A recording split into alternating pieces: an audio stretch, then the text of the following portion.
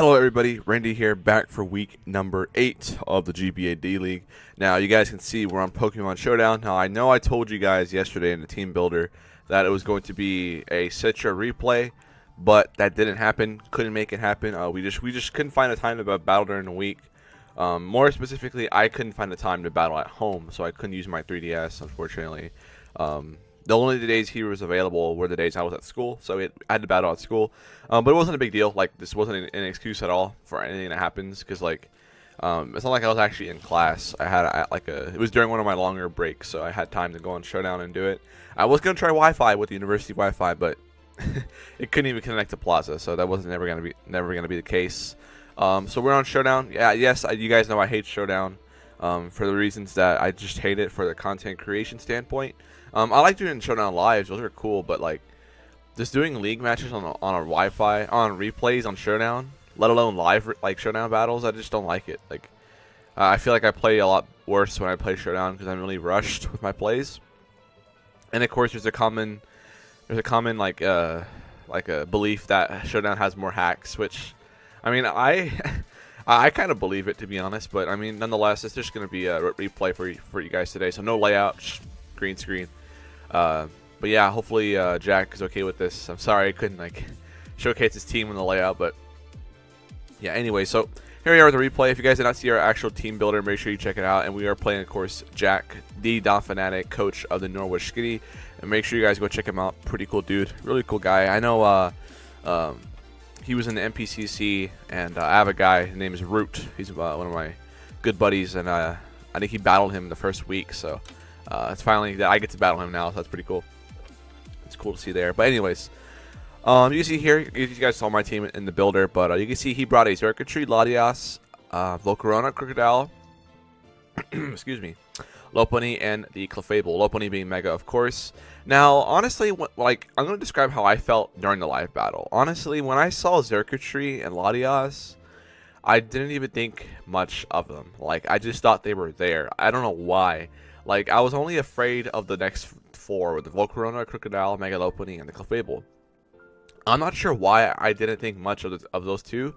It was just because I was at school, and I was just like, okay, I'm playing in the library. Let's see what happens. So, I don't know. So, like, of course, the game plan here was just to get up my rocks. So there'll be a lot of pausing because I want to explain every play. Anyways, it's a pretty fast battle. I think it's only like maybe like 15 to 6 to like 18 turns if I remember correctly. So yeah. So yes. Anyway, so let's go ahead and get started here. I do lead with my Nidoking LeBron versus his Crocodile. So here, pretty much he's Intimidate. So I know he's probably not Choice Scarf. He could be Choice Band though. I doubt it though. So I'm here just thinking, okay, it could be Assault Vest as well. So I get on my rocks here. Won't be a big deal. He can't kill me with any one attack. He'll probably want to just click EQ or even knock off because I do have an immunity in the back as well as a decent switch in being Jellicent. So we do see that he goes with the knockoff, knocks out my Sugar Berry. I do get up my rocks here.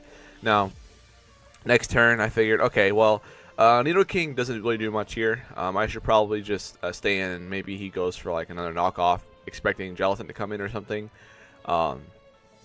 Or maybe he might think Holucha might come in on the Earthquake, even though it makes no sense. But again, I'm just thinking hypothetically here, or just out of the ordinary. So he does Quake me, knocks me out. Probably should have saved it for later, switching to Jellicent. But my thought process was I did not want Jellicent taking damage, you know, because I need the Rocky Helmet ship for the Mega Lopunny. So bring a Tapu Koko. I know I could just click U-turn. We know he's not Choice Scarf. No fear whatsoever. Do 51%. So I do find out here that he's actually running no bulk whatsoever. No a lot of HP. So this leads me to believe that he's probably an Assault Vest set, maybe. But part of me felt that if he was Assault Vest, he'd probably have a lot more investment in HP, or probably just more in Spadef. Not too sure. So I'm clicking U-turn, which is pretty damn safe for me.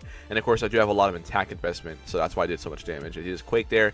Does 41% to my Jellicent, so we do see he's well invested. So here, I do make a double out to my Mega Scizor, because I know he's probably going to want to knock off. As he actually brings in his Latias, which works out for me. Don't have Pursuit, so I can just click U-turn here for free. I'm not afraid of HP Fire, because he's probably going to want to defog anyway. So I do get a free kill on the Latias and my Mega Scizor. So the whole time I was worried about Reflect type or whatever, but I ended up just killing Latias with one clean hit, so that's good. So those rocks ended up coming in handy because if I wouldn't have got him up, then Latias wouldn't be able to maybe fire off an HP Fire, because he was most likely HP Fire, dual stab, defog maybe. Just maybe hypothetically. So, do your turn. Have to go into my Tapu Koko here just because I don't want Lopunny coming in. Does bring in Crocodile. Now here, this turn is probably the biggest turn in the match, and I'll explain why at the end of the battle. But he Intimidate drops me. He knows nothing else about my Koko set. For all he knows, given the damage I did to him with U-turn, he probably takes on physical.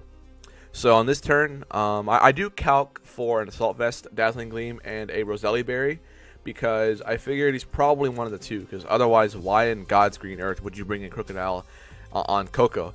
But to be fair, he doesn't know I'm a special set or mix set yet, so I completely understand looking at it now. So the Dazzling Gleam calc on a Roselli Berry Crocodile was 42.6% to 50.8%. So that's a roll that I am not comfortable taking, so that's something I do not want to even risk. And of course Assault Vest was a bit of a weaker. Assault Vest didn't help at all. Assault Vest guaranteed a kill. So I think my gut told me he was probably Assault Vest, but I had a feeling he could have been Roselli Berry. Now I'm not gonna lie to you guys and say that I knew he was Roselli Berry. You know, I didn't know that, but it was a possibility, because why else would you bring it in on Koko? So I do go for the Dazzling Gleam, and as you see, he is Roselli Berry, and he actually does die to it. So I do get the roll, and that's huge. So he brings in his Volcarona, and here I just say, you know what, I'm going for it. No more ground type. Go for the Z Thunderbolt, and I completely just destroyed the Volcarona, man. And that's huge, because I was kind of afraid of that.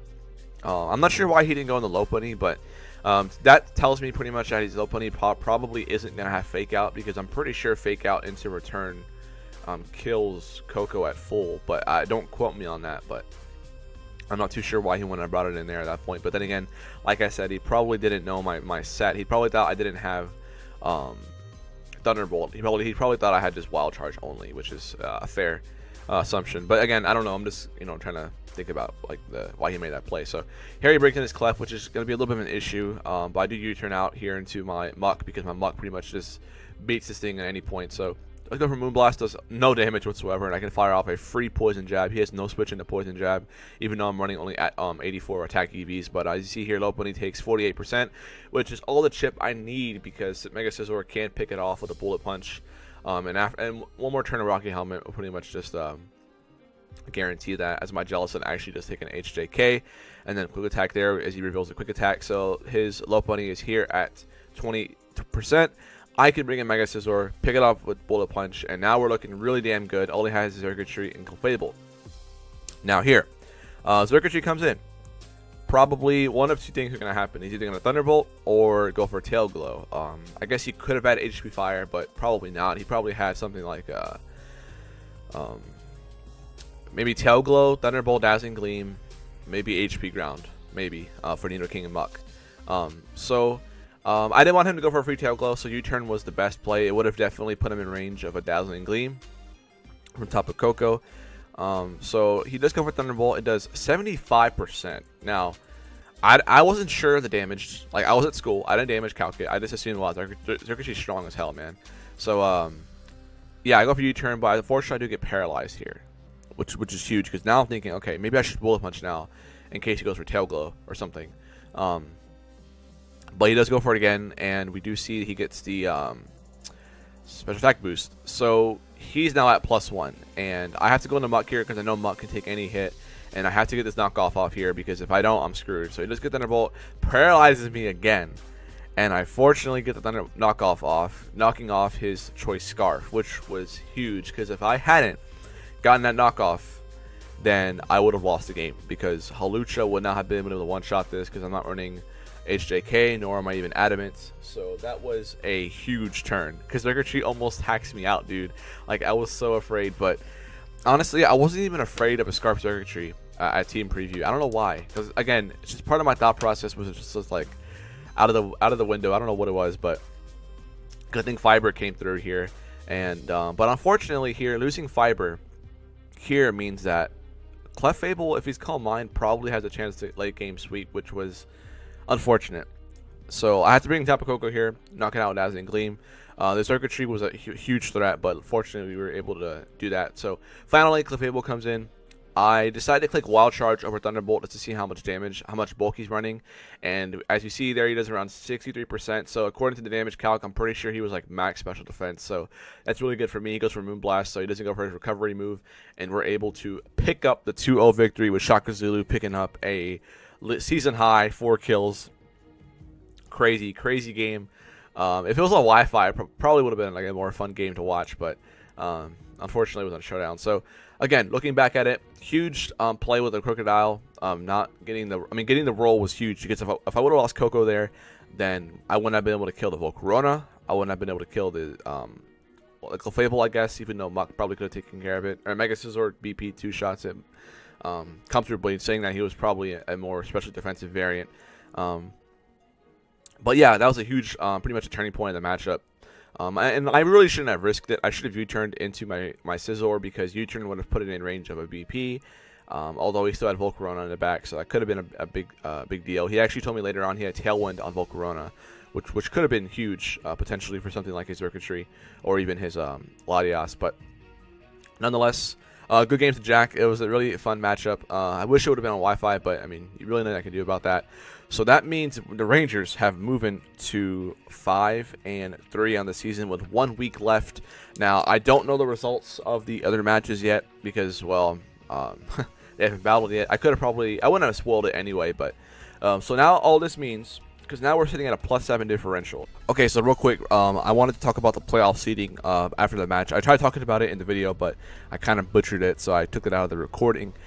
So anyways, here are the current standings, including my current win against Norwich. Everybody else's wins haven't been included yet because I don't know the results yet, and you guys will find out throughout the day. So please keep in mind that this is my standings given through week 8, where everybody else is through week 7. So I'm just stating what needs to happen due to the other games this week for me to have my playoff seeding, my playoff berth locked. So let's talk about Memphis really quick. Well, first of all, the top 3 seeds, I'm pretty sure they're all secure. Yeah, Jolt, even if he were to lose, he'd still be all right. So if he were to lose, though, by a decent margin, then I can actually take his seed. But that's we don't know what's going to happen. I mean, this is Pokemon. Anything can happen. Jolt actually just play what's his name? I can't think of it right now. Abe Aberfort. So that would be a cool chess match there to note there. But something interesting else to note, the top 3 seeds actually play the 3 seeds below me, which really favors me because I need them to lose. So that's something just like funny to note there. But another fun fact is I actually lost to all the top 3 seeds above me. So maybe I'm a garbage player or something. But anyways, let's talk about Memphis real quick. They're at 4-3 with -2 differential right below us. The immediate threat to our playoff berth. If they were to lose this week by more than 4, meaning if they were to get 0-4'd, then that means they are out of contention, because then they would be at 4-4 with a -6 differential, meaning that even if he 6-0'd his week 9 opponent and I got 6-0'd by Aster, then that would mean I have a +1 differential. He'd be at I'd be at +1. He'd be right at 0 or at +2. Oh no, because if you were to lose by 0-4, he'd be at -6 differential going on a week 9. If he were to 6-0, he'd be at 0. I'd be at +1. So he cannot afford to lose by more than 4 to have a chance. He could lose though. He could still lose, but then he'll need me to get destroyed, and he'll have to like dominate next week. So his best chance here, of course, is to win. So once again, letting you guys know, get this down, written down or whatever. If you guys care, I care though. If he gets beat by more than 4 to Leo, then he's out. He cannot get in. So that's a huge thing there. I hate to give Leo a fight, though. He could probably beat Leo, honestly. But we'll see here. Leo might think it's a trap game. Maybe, potentially. I'm not sure. Okay, move on to LA. Greg, who plays Aster. If he were to lose, he's pretty much out, because then he can't ever win 5 games because there's only 1 week left. So if he loses, he's out. His differentials are actually pretty decent. So if he were to win, his differential would improve to a -1, meaning that he could still probably get in if I get destroyed badly next week. So and next week I'll definitely play to keep it close. So I mean, I still want to win the game next week, but realistically, if I want to be smart, I should just keep the game close and not try to make too many risks, because that can still, definitely hurt us. And then of course, and Greg of course has played Aster this week. So I mean, on paper you would think the top 3 guys are going to beat the bottom 3 guys, the one that I'm talking about here. But this is Pokemon, so I mean, anything can happen. So I'm not saying anything's for sure, but I'm just saying in a perfect world for me, that's what would happen. And then of course, Aberforth plays Jolts, and if he were to win by a decent margin, of course he's still alive, but I would need to get beaten up pretty badly. But if he were to, like, 4-0 Jolt, that'd be kind of interesting to see what happens there, or something like that, or even 6-0 or something. But in a perfect world, guys, for us this week, in order to make our playoff berth this week to happen, clinch it going into week 9, just to sum it all up, Memphis needs to lose by more than 4, and LA and Newcastle need to lose. That's it. The Rangers would have clinched the spot, and then all we have to do is worry about seeding going into the last week. But I can't go any higher than the 4 seed, because Jolt's already gonna probably if that situation were to happen, saying that like I clinch it, Jolt will be at 6 wins and I'd be at 5. So I guess we could still make it happen next week, because if we were to lose and I win, that'd be pretty cool. I would love to be the 3 seed. That'd be pretty cool, but that's pretty cool there. It's whatever. But yeah, I think Montreal and Durham are already locked in. Toronto and Texas probably will be as well if everything were to happen. Yeah, Toronto and Texas were to be locked in if Memphis loses by more than 4. LA were to lose, and Newcastle were to lose as well. So that's a playoff little I guess talk for the video.